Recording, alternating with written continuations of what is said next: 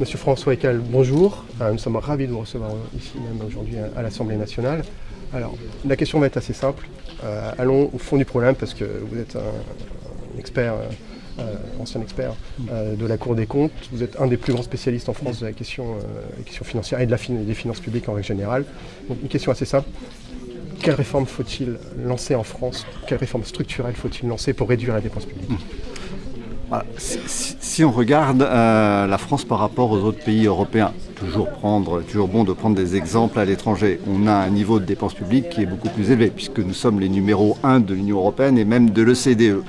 Mais si on regarde où sont les principaux écarts, on voit qu'en fait, il y en a un peu partout. C'est un peu dans tous les domaines que nous dépensons plus.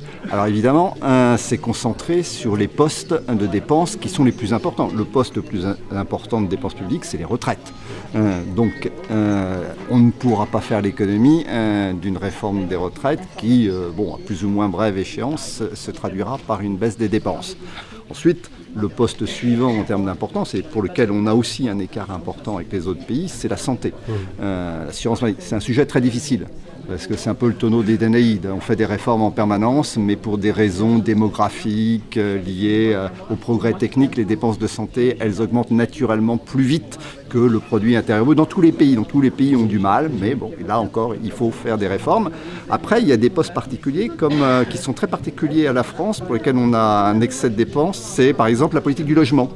On dépense, en pourcentage du produit intérieur brut, on dépense 2 fois plus en France que dans la moyenne de la zone euro.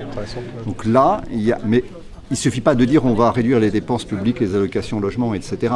Le problème du logement en France, il vient probablement du fait qu'il y a une insuffisance d'offres, parce qu'il y a trop de contraintes sur l'offre, que ce soit des contraintes fiscales, réglementaires, etc. Les fameuses normes à la française. Voilà, normes, la fiscalité, les relations entre bailleurs et locataires, la disponibilité des terrains, le fait que les maires n'ont pas toujours très envie de construire, parce que leurs administrés n'en ont pas forcément envie.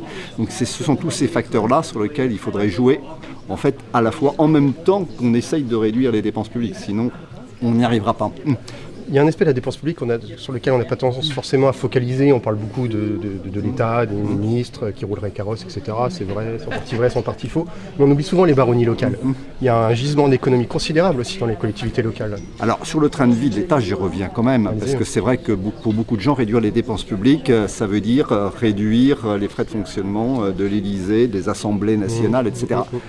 En termes d'enjeux budgétaires, c'est epsilon, c'est rien, c'est une goutte d'eau dans l'océan. Il faut vraiment que les gens... Alors c'est symbolique, c'est important, politique, ce que vous voulez, mais en termes d'enjeux de finances publiques, c'est vraiment rien.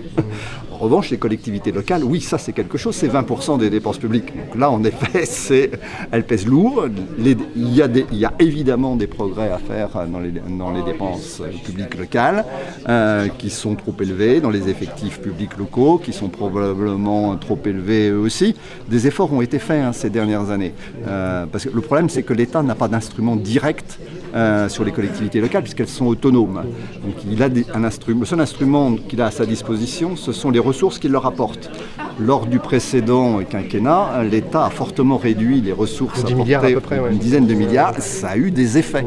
D'abord sur l'investissement public local, parce que c'était le plus facile, mais après sur les dépenses de fonctionnement. Pour la première fois en 2015-2016, les effectifs publics locaux ont baissé. Donc on peut arriver à des résultats. Merci de finir sur cette bonne note, Monsieur Ecal. Merci beaucoup.